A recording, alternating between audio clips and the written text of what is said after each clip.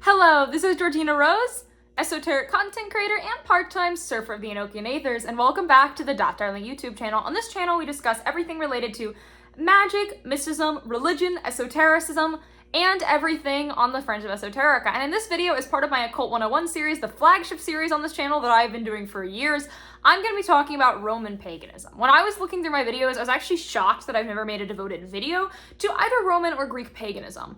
And they are different, which I will get into in this video. So first, I think we should define what Rome is. So Rome is not just the city of Rome in modern Italy. Rome, and what I mean by this, is the Roman Empire, which existed for an incredibly long period of time and was one of the foundational building blocks of Western civilization.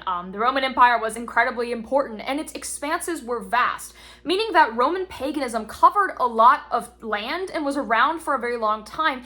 In fact, it's one of the most documented forms of paganism that we have. We know a lot about what these people's lives were like, which we cannot say for many other forms of paganism. So Roman pagans are really blessed in that regard. As well, when Christianity took over Rome and it was converted to being a holy Christian empire instead of a pagan one, they kept really good records of the past, and they did not engage in as much iconoclasm as some other groups did when they overtook the polytheist of their region. So we largely know what they did, and a lot of these Roman pagan practices actually kind of existed into Christianity. A lot of these things were syncretized in, like modern Christmas. Some of the secular in quotes, traditions we associate with Christmas come from the Roman pagan festival of Saturnalia, specifically the exchanging of gifts.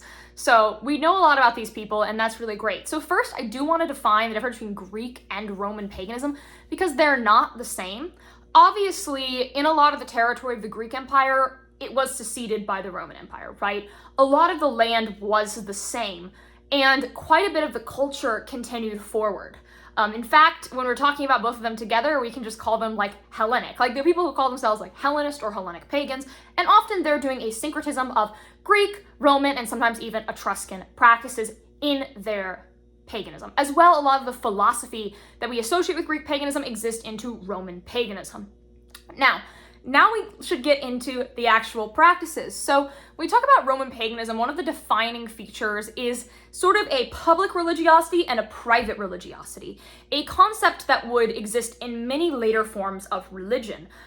In fact, the domestic cult or the private cult was a really big part of their practice. Specifically, in the household, people had specific household deities. They had a home altar that they would tend to, and this was a very, very important part of their culture. So if you are a Roman pagan, a big thing you're going to want to do is set up an altar to a household deity. The deities that represent domesticity and concepts like that were heavily used in Roman pagan practice. Now, when we get to sort of the external side, the people who were in the highest caste and class of society were often the priest, and there was not really a separation between like religion and the state. Many people, when they talk about the ideal of the philosopher king or the sort of spiritual kingly leader, they point back to the pagan Roman times, and the entire culture was inundated with this polytheism. Now, since the Roman Empire was so vast, it actually, throughout its evolution, took over areas that were not under like Greek control and were under various other empires' control and various other civilizations. And when they took this territory, they often took their deities with them in a very interesting way that we would really not see when the Abrahamic religions emerged and started their own empires, right? Like under Abrahamicism, let's think about when Islam conquered Persia, Zoroastrianism was largely pushed to convert to Islam through either the jizya or the sword, depending on the situation. But with Roman paganism, they basically just, whenever they took a land, they took the deity with them. And so when we look at the sort of cosmology of Roman paganism, it sort of falls into the all the gods are real category, right? If you believe in a Roman pagan worldview, fundamentally you believe that all different nations of people have their own gods. It's less so a paganism where you believe there's one theology, and more so a paganism where you're like, okay, well, that's just your god, right? We see some interesting historic moments of finding relics from other forms of paganism in the Hellenic world, and that's largely because they were interested in culturally interacting. Now, if we look to mystical texts that have come out of Greece and Roman paganism, we see an exchange with ideas like Egyptian paganism, and this not being seen as a sort of theological contradiction. Whereas there are other pagan sects that do fundamentally believe they are the only paganism that is true and their gods are the only gods. You don't really see this in Rome. Now, a lot of people, when they talk about Rome, claim that Roman mythology is a ripoff of Greek mythology, that there's really no difference, right? And some people really do make this case. Obviously, Rome adopted a lot of Greek mythology. There's no historic way around that. But there were differences, and especially when we look at how religion was practiced, you see a pretty big gap between Greece and Rome. As well, the popular philosophies of these periods of time influence the cult, right? When we look at Rome, we also need to remember that it was not like one sort of religious group, right? Everyone was a Roman pagan. Everyone was some form of pagan, but they were not all doing the same paganism. I think a lot of people, when they look at paganism, think that pagan is when you worship every god, and they get really overwhelmed. But that's simply not true. Most people in pagan societies have worshipped only a couple gods, and some even one. These people we will call henotheist, or people who believe in multiple gods but choose to only worship one. So you see an array of different ways religion works. In fact, the different cults didn't exactly all get along with each other. And there was specific political turmoil about which cults should be allowed to succeed and flourish, specifically around the Bacchanals, or the Bacchic cult, the cult that was the evolution of the Dionysian mysteries of Greece. This cult worshipped Bacchus, the god of wine, madness, revelry, and generally they had these festivities that were very sensual, carnal, and even violent. And this cult held a lot of sway, but they were incredibly polarizing, and there were several attempts to clamp down on the Bacchic cult.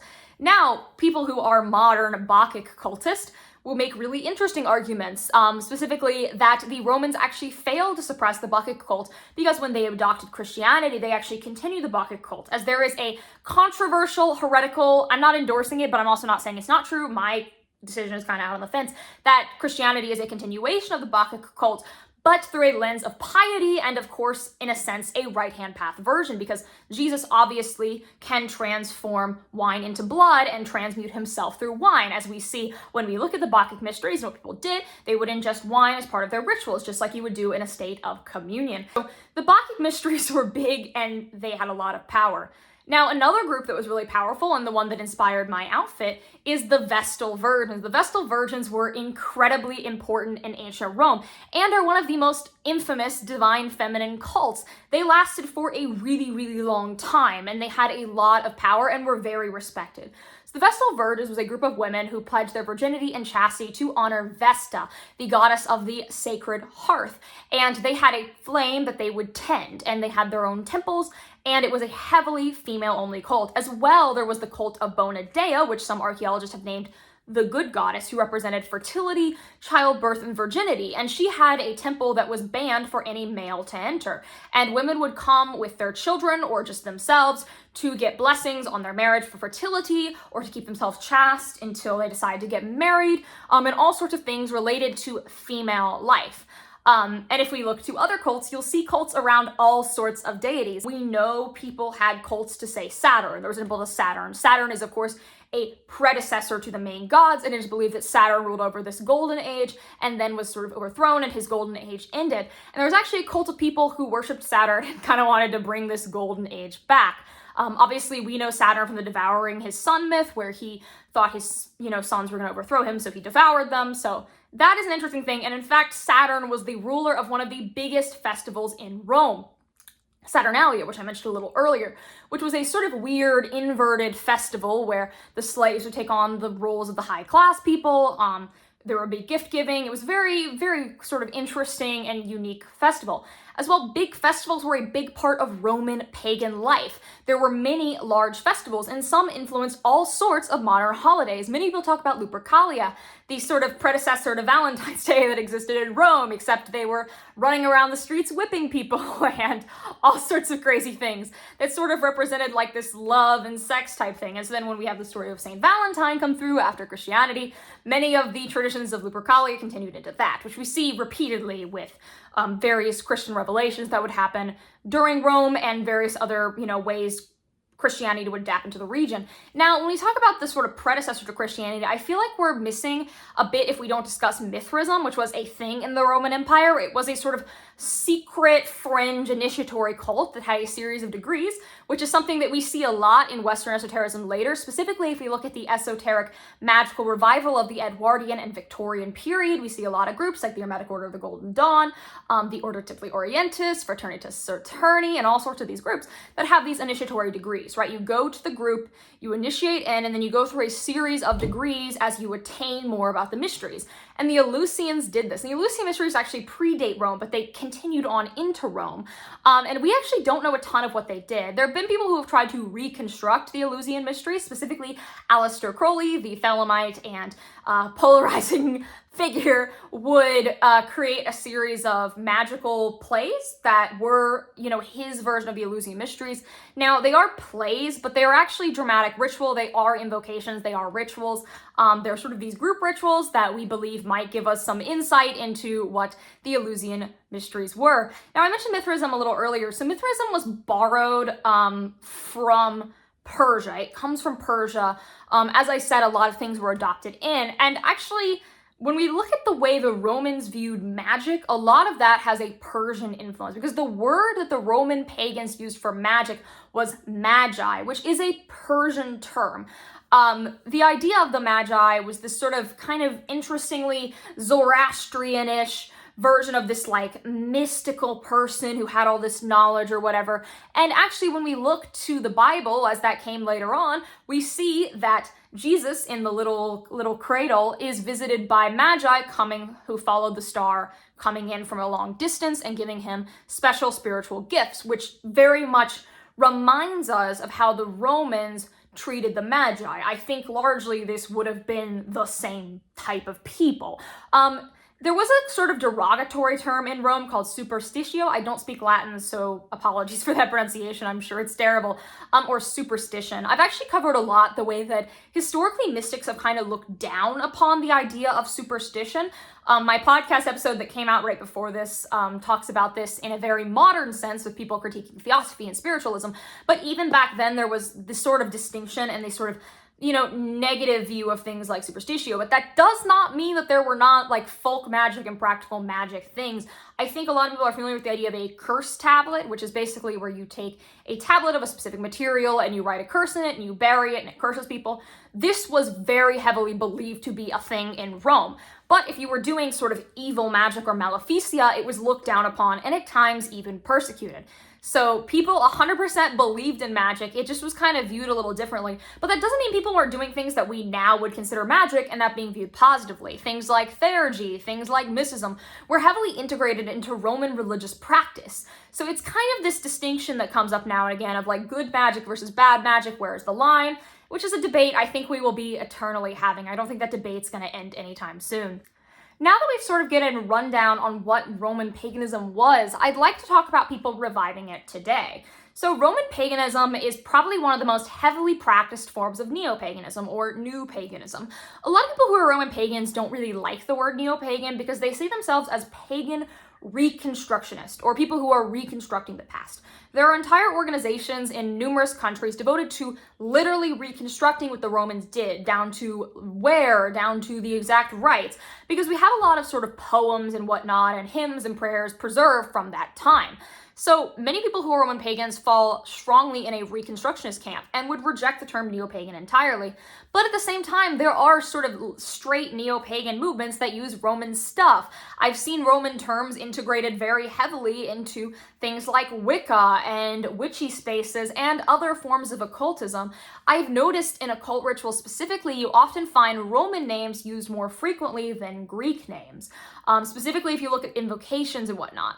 And I believe that is because of the connection that is so direct between the Roman deities and the planetary bodies. So the planetary bodies in astrology are a big part of modern magical practice, specifically things like using the fixed stars, or using the names of the planets, or saying the Orphic hymns as an act of theurgy. Things like this are heavily integrated into modern ceremonial practice. In fact, if you go to any ceremonial magic organization in your area, you're going to notice they do like invocations of the sun, invocations of Sol Invictus, invocations of Venus, like all this stuff. And it just, honestly, the Roman stuff makes correspondence very, very easily, because the names of the gods associated with the planets are the same as the planets, right? Like, you can look at an astrology chart and say, oh, Mars is in retrograde, and then know if you want to alleviate symptoms of retrograde to call upon Mars. It's just a very easy conversion. And if you know the planetary correspondence of a deity, you know the numerological correspondence, you know the gematria, you know the incenses, you know the resins, you know all this stuff. And so Roman paganism is actually very accessible for people who are involved with occult style practices. As well, Roman paganism is something that is very easily integrated into a syncretic practice, because fundamentally the Romans were syncretic people. They heavily syncretized with the nations that they conquered. In fact, it was kind of a trophy to them to bring home a deity from another culture and bring it into their religion. It was a sort of assimilation of their religious practice and their religious life in a way that made the Roman Empire stronger and made it easier for them to conquer more people and bring them under their mantle. So if you have a syncretic pagan practice, it does make quite a lot of sense to, if you're going to bring anything in, bring in the Romans. As well, there are specific Roman pagan deities that are just kind of eternally relevant, because there's so many deities in the Roman pantheon. Like, I thought about going over some. I don't think I have time to even go over more than 10. There's so many. There's Bona Dea, the good goddess. There's Jupiter, the sort of kingly god of bringing things in. There is Bacchus, the god of revelry and wine. There is Hecate, the goddess of witchcraft, necromancy, the dead. There is Sol Invictus, the god of the sun that represents this sort of aggressive military strength version of sun. But then there is also Apollo, the god of the sun, who also represents things like poetry. There are so many deities that are part of Rome. And you've heard I said the word Apollo. That may sound a little strange. You still see that name used by the Romans. You still see some Greek names used by the Romans. In fact, Apollo actually originally hails from Anatolia. There is a big theory that he's from Anatolia and then moved to Greece and then to Rome, and it just continues.